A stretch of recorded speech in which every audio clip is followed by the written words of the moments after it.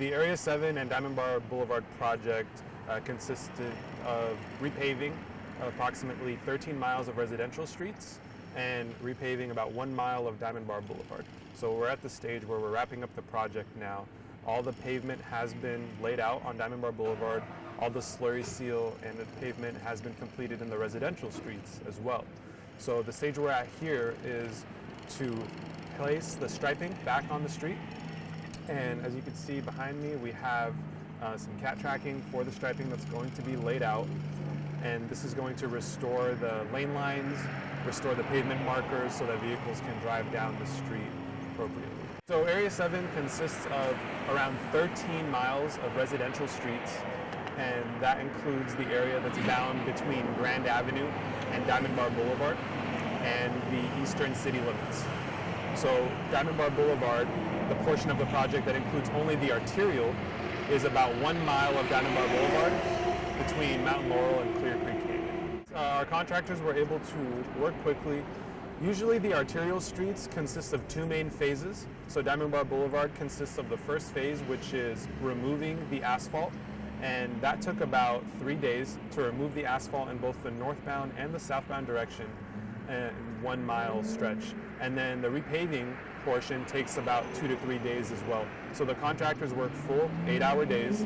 They close the traffic, they close the lanes as needed to work.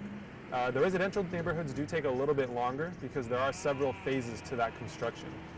First, they have to remove and replace the cul-de-sacs. Then they'll come in, they'll seal any cracks on the pavement, and then perform what's called a slurry seal on some streets, while other streets need more of a heavier remediation, which would include removing the top 2 inches of pavement and replacing the top 2 inches of pavement. So with the residential streets, you have about 3 different types of pavement rehabilitations that can be done, whereas on Diamond Bar Boulevard, it's just a mill and overlay, which is the removal of the top 2 to 4 inches of pavement and replacing it with brand new pavement. So we try to compare ourselves to the surrounding cities and make sure that we are keeping our streets in a condition that is not only consistent with the standard of cities similar to us, but that exceeds that standard as well.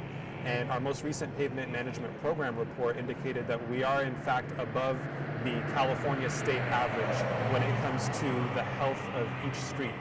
Each street is assigned a pavement condition index number, which is a PCI number, and it rates the street's health from 0 to 100.